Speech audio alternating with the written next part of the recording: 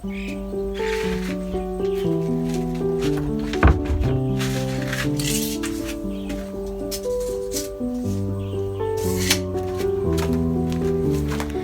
a little project going here.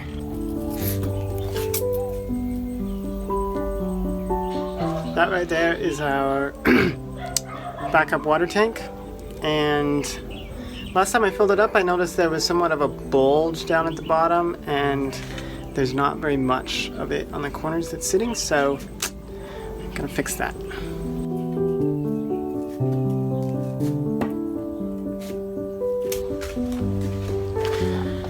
So suppose a super rich guy tells you, who's a friend of yours, tells you, you know what, if you ask me to do anything that I want to do, I'll do it for you. Okay, well. And then later he says, if you ask me for anything that I want to do, I'll do it.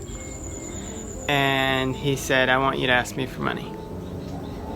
Are you gonna ask him for money?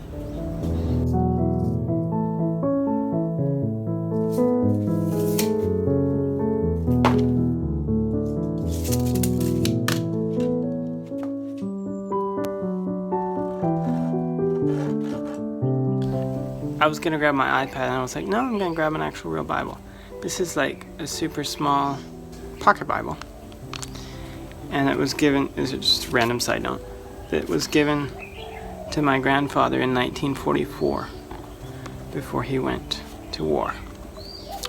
Anyway, 1 John 5, 14 and 15 says, and this is the confidence that we have in him, that if we ask anything according to his will, he heareth us, and if we know that he heareth us whatsoever we ask, we know that we have the petitions that we desired of him.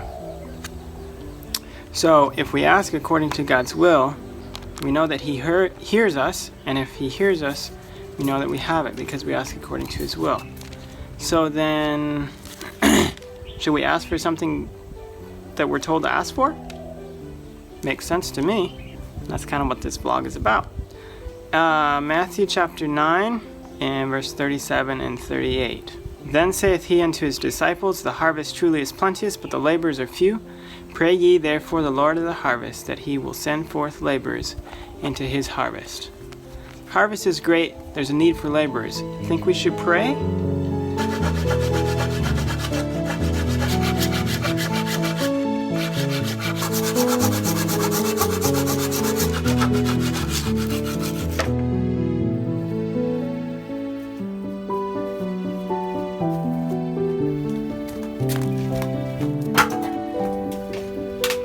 Prayer meeting is supposed to happen in like 12 minutes, so gotta get this done.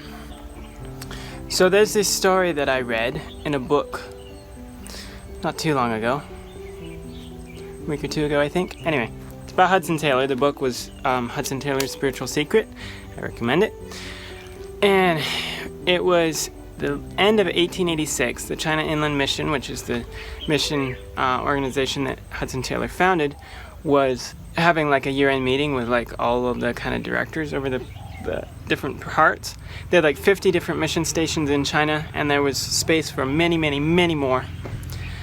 And they got together and they prayed and fasted for a week.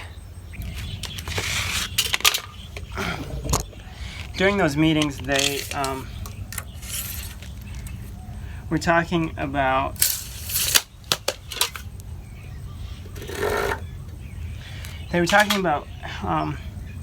what they needed for the next year and the needs that were there for the mission. And they basically decided that they needed 100 workers in the next year.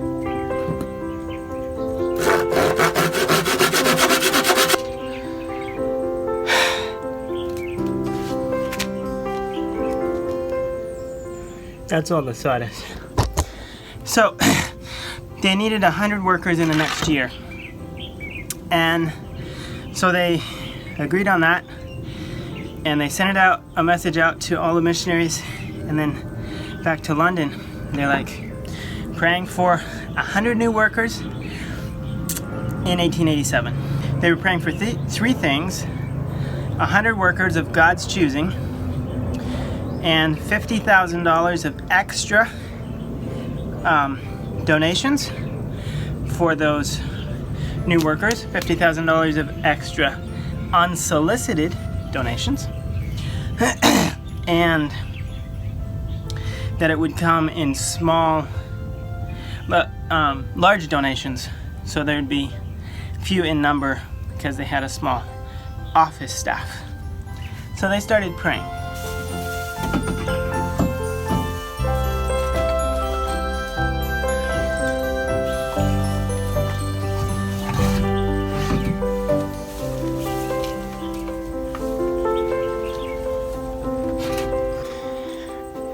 So what happened is that at the end of 1887, over 600 people had applied to be missionaries, and 102 were chosen to go. God provided $55,000 unsolicited from 11 people. Now, I did the conversion with inflation, and that $55,000 in 1887 would be like almost $1.5 million today. That's a lot of money. That's a lot of people for 1 year. And you know, when I read that, it was just like, wow, 100 new missionaries in a year. Like, how incredible is that? But like, God is so big. 100 missionaries, God can do that. $1.4 million, God can do that, you know? It's like, what's the big deal? And it really made me think, you know, for us today in recruiting missionaries, should we be doing more like that and less like trying to convince people to go? It's like something is wrong with the way we're recruiting. And I think the reason, or I think what's wrong is that we're trying to recruit. When God does the recruiting, He picks the people that He's already been working with and preparing for that. And He just knows how to do it way better than us. Sometimes He uses us, for sure. But if we just try and figure out how to do it on our own, it just isn't going to work.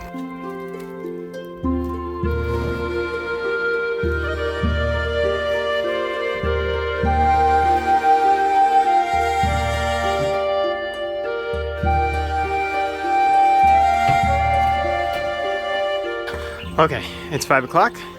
Prayer meeting is supposed to start right now. Just got that up on the wooden pieces so it's got more to sit on, and that's good. So I want to encourage you, pray for God to send laborers into the vineyard. The harvest is great, the laborers are few, and you and I can have a part in God sending more people into His vineyard. Thanks so much for joining us. We'll see you again next week.